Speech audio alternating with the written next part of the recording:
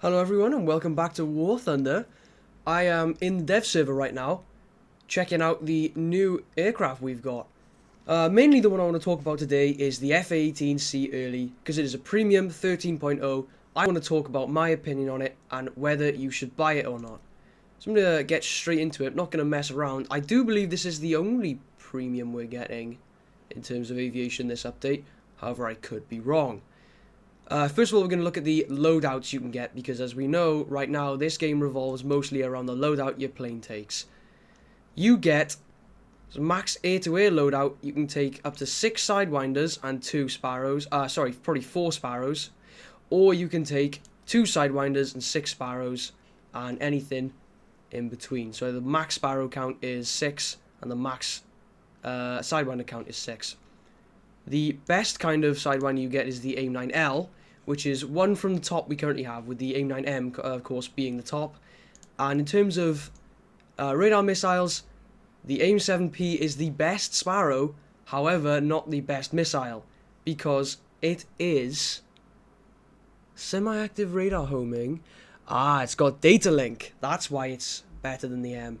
Okay, so this is not a Fox 3 missile, however, I believe you will now be able to use these as you can the R27ER in the same way if you've watched videos like that. I'll try and explain this later with a demonstration. But before, with Sparrows, if you lost lock, they would randomly go off into the floor or would just straight up explode. With these ones, I believe you may be able to shoot them off, leave them with no target going straight, and then later on lock someone, and then the missile will go for them after, like halfway through its flight. So people won't think it's as close as it is, which is a good tactic you should be using with R27ERs already. So yeah, it's good to note that you don't get AIM-120s with this one. You do with the Tech Tree variant. This one in particular, you don't with this one, because of course it's a 12.7. If this had Fox 3s, I would cry my eyes out. This one does, and you get a lot of them. But I'm not talking about that one right now. Let's go back to this one. In terms of air-to-ground loadout for ground RB or simulator, you get lots of laser bombs.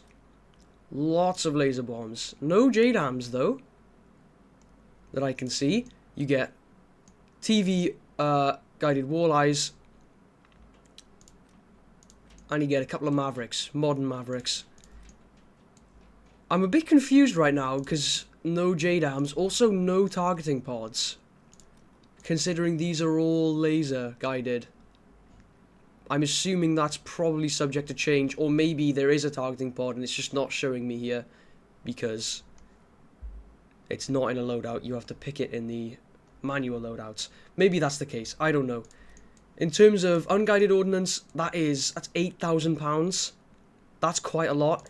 You get the beloved Zuni rockets, which are an amazing choice for ground battles. You get a lot of high drag bombs. So yeah, it can take quite a bit, but in terms of ground ordnance, the F-15E is a lot better because you get, I mean, Jesus Christ, look how many more you get. I mean, you get glide bombs as well. Right now, these have such a long range. You get more Mavericks. You get a 3 pylon. You just get more. So the F-15E in terms of ground attack and close air support is probably a better choice. However, it is not a premium. Good luck grinding the whole tree for it. So I think right now I'm going to take this into a test flight. Let's take this loadout out. So we're on the carrier now. I will say right now, I hate the fact that still these carriers are just so empty. Like, there's nothing going on. There's no people anywhere waving their hands around. There's no other jets taxiing up. I mean, they don't even raise the shields for you. It's rough. These carriers are rough. Really, really rough. Anyway, let's take off here. I'm on realistic battle settings right now, so the plane will perform in here as it would in realistic battles. And we have a loadout of 2 new Sparrows, 2 Sidewinders, and is that 8? Yeah, I can't count. 8 Paveway 2s, GBU 12 Paveway 2s. So straight away, this plane is responding quite nicely. I have noticed that it has automatic flap control. If I pull up here, the entire flap goes up, down, sorry, and if I pull down, they straighten out. That is going to be quite a nice feature for all-round control. Yeah, this is the strange bit. No TGP, and these are laser-guided weapons, so you're going to have to, like, manually guide those in from close range. I'm really hoping they add targeting pods of some kind to this plane, because that is going to be a nightmare if they don't. Anyway, moving on. You do not have HMD. You have no helmet mounted display, no helmet mounted display setting in the Hornet. I do find it a bit strange in this game how these jets don't have like a vertical scan mode, because that is what really you would be using in a dogfight scenario if you didn't have HMD.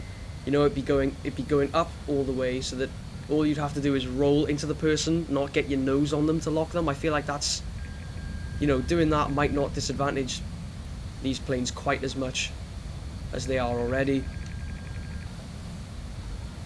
So I'm going to test out these AIM-7Ps right about now. I'm going to test that theory I had. Not on him, he's way too close.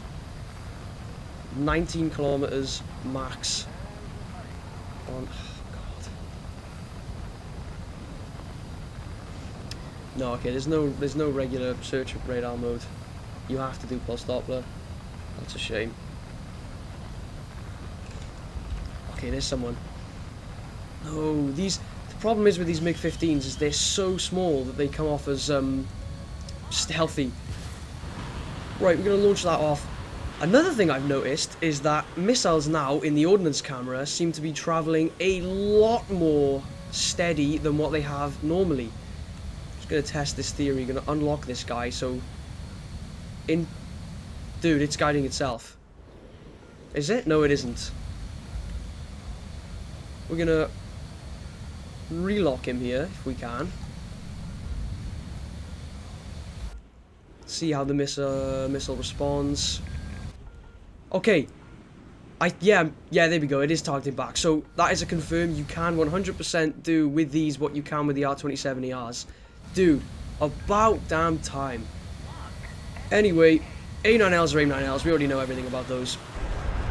You are, of course, fitted with a 20mm Vulcan in this plane, as you are with many US jets. However, a bonus is that it is mounted directly in the center of the nose, which is a nice touch. So yeah, I think these AIM-7Ps are actually going to be quite a nice option for a Fox 1 missile, as opposed to your AIM-7Fs or your AIM-7Ms. So all in all, for 13.0, I feel like this is a reasonable air-to-air loadout. I mean, you have planes like the Su-27 with a similar loadout, Fox 1s and Fox 2s. Also planes like the F-15A, I think is at 13.0 with a similar kind of loadout. I think the F-16A is at a lower battle rating. Oh, see what I mean? You're not going to be able to launch these from far away. I really do hope they add a targeting pod to this thing. There you go, that seems a bit better. Because otherwise, that's going to be a nightmare for CAS and Simulator. I would be nothing without my targeting pods, personally. Yeah, that's a nice lineup. So now... Oh, okay, they just disappeared. I'm going to move on to the performance of the airframe itself. We are currently not given a cockpit view, so that's kind of a shame. I don't know if that's a problem on my end or if they just haven't added it yet. Probably haven't added it yet. This plane does have a relatively low wing sweep angle, so it's not going to be the quickest of planes of all time. As you can see, it's struggling to push Mach 1 here. If I go max burner, it is going to start climbing, but it's nowhere near going to be as quick as your F-15s or your Su-27 or the Su-30, for example. It's just not going to be that fast. It's going to be a lot more like the F-5, where you get much more balanced performance with a sacrifice of speed. And your performance, yeah, I'm saying performance a lot here. So I'm just concentrating on that little bing noise, because they've added, as you can see here, this I'm trying to work out if this is... No, it can't be. Okay, it must be an AOA limiter, not a G limiter. Personally, I would have preferred a G limiter, but... Oh well. The difference is one limits how far up your nose can go, the other limits how much your pilot can make his brain explode. And as you can see right now, even with even with the function on, I can still pull 13 Gs, 11 Gs at that point, and G limiters are usually cap out at like 7 Gs.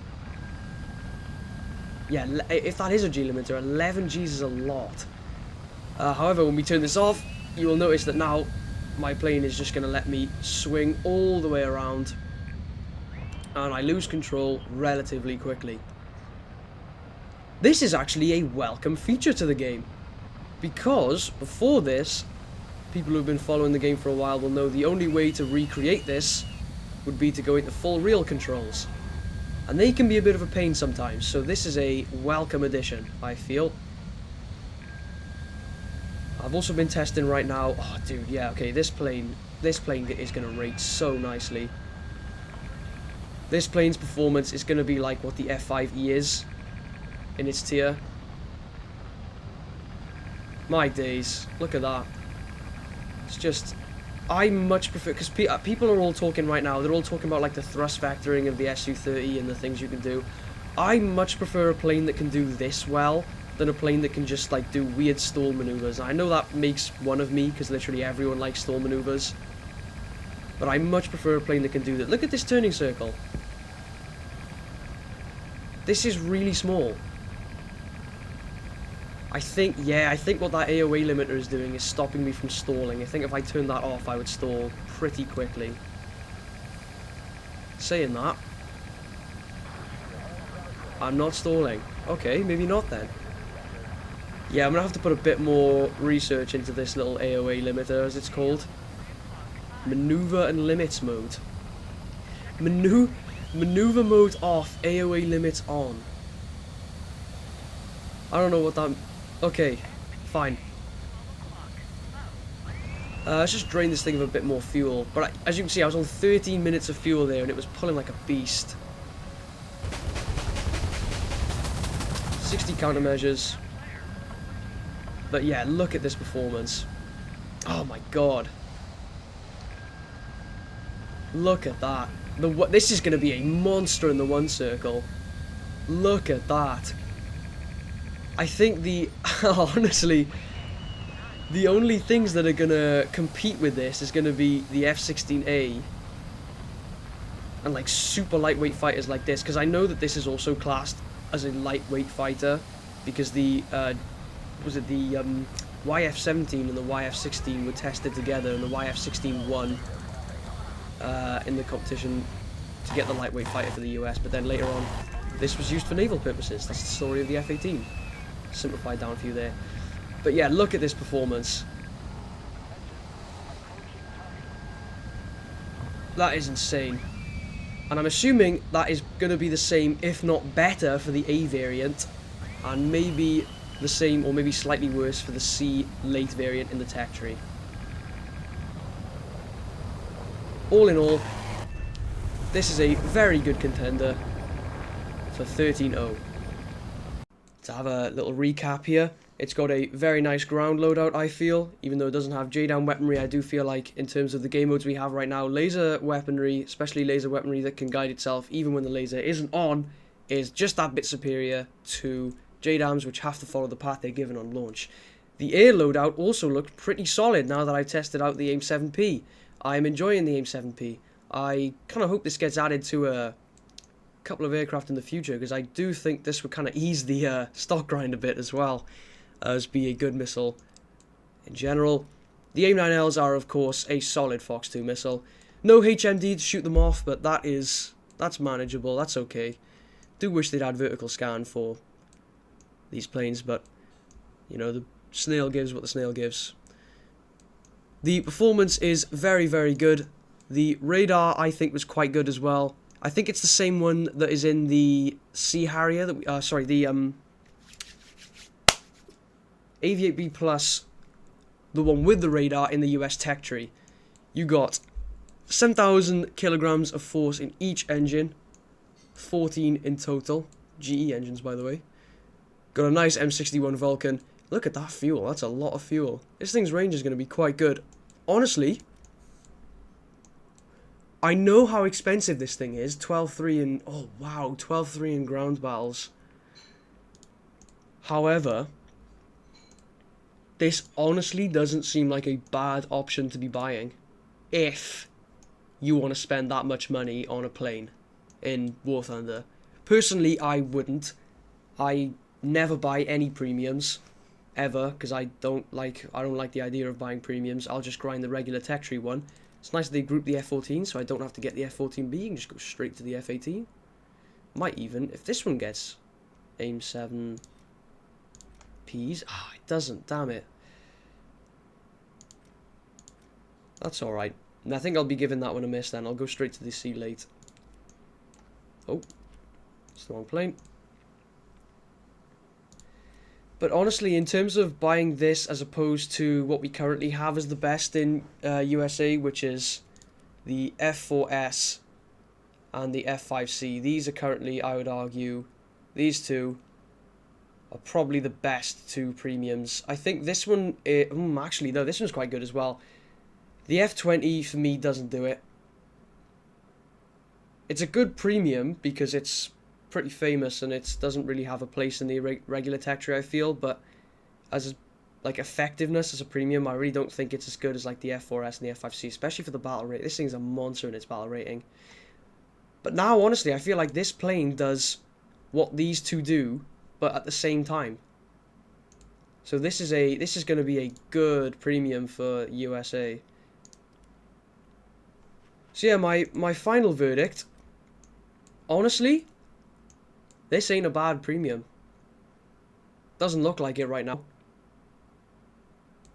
So if you want to be spending that much money on a plane in this game, because I know people do it, otherwise this game wouldn't still be here. They gotta make their money somehow. If you're willing to spend that much money on an in-game plane, this is a good shout. Anyway, I'll see you in the next video. Don't know when that'll be, but I will see you then. Goodbye.